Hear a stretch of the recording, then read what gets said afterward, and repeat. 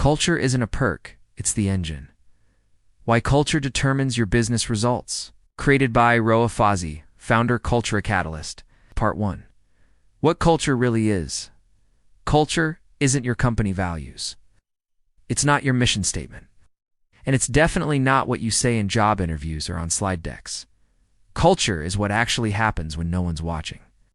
It's how people treat each other on a bad day. It's what decisions get made under pressure. It's what leaders tolerate, celebrate, or ignore. If someone joins your company today, they don't experience culture through orientation. They experience it through how work gets done, how feedback is received, how safe or unsafe it feels to speak up. Culture is invisible until it's broken, and by then, it's already shaped how people behave, lead, and leave. Strong cultures don't just retain talent. They build legacies, and in Saudi Arabia and across the region. Where Vision 2030 demands transformation, culture is the competitive edge. Part 2. Culture drives performance. Culture isn't a side project. It's the system shaping every decision, every result, and every relationship inside your business. Look at your KP as your customer complaints and your retention rates. Behind every one of them is a cultural story. You can have the smartest strategy, the best talent, and cutting-edge tools.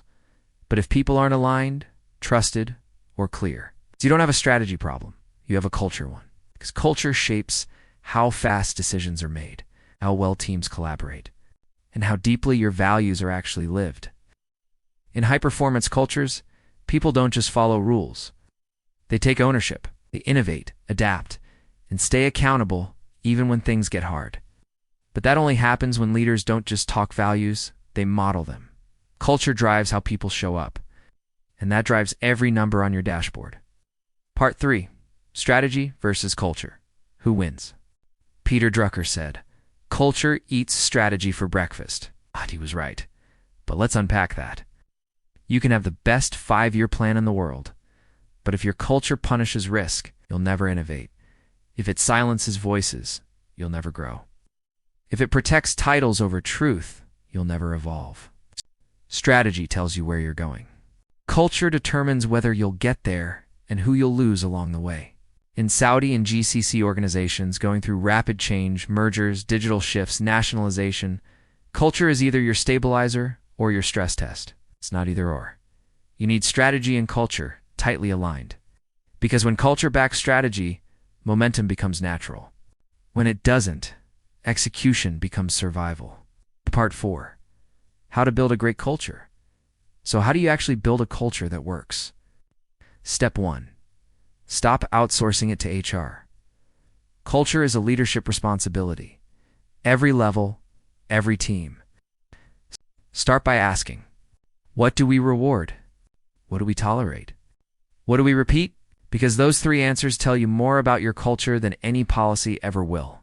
Next, build systems that support the culture you want, not the one you inherited. That means onboarding isn't just a process, it's indoctrination into how we lead here. That means performance reviews reflect both results and behaviors. That means your managers aren't just task drivers, they're culture carriers. Great cultures don't happen by accident. They're built on purpose, with clarity, and with courage. Part 5. How to measure culture. Here's the thing. If you can't measure culture, you can't improve it. And no annual engagement surveys aren't enough. Real culture data looks at behavior patterns. How often are values referenced in decisions? What's the quality of feedback loops? How safe is it to speak up? And what happens when people do? You also measure the gaps. What do leaders say versus what they do? What's written in policies versus how they're applied? In Saudi Arabia, where transformation is accelerated, you need culture metrics that evolve with your people. Culture is dynamic. Your measurement tools should be too. Use pulse checks, listening tours. Track alignment between actions and values, not just vibes. Because culture isn't soft, it's structural. Part 6. How to sustain and improve it. Sustaining culture isn't about posters or perks. It's about consistency, courage, and course correction.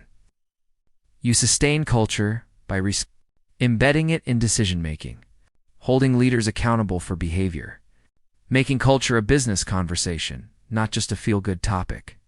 And you improve it through feedback loops that actually lead to change.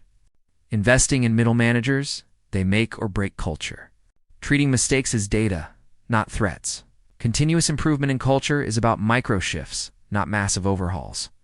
In the GCC, especially as we localize leadership and embrace Vision 2030, the winners will be those who treat culture like an asset, not an afterthought.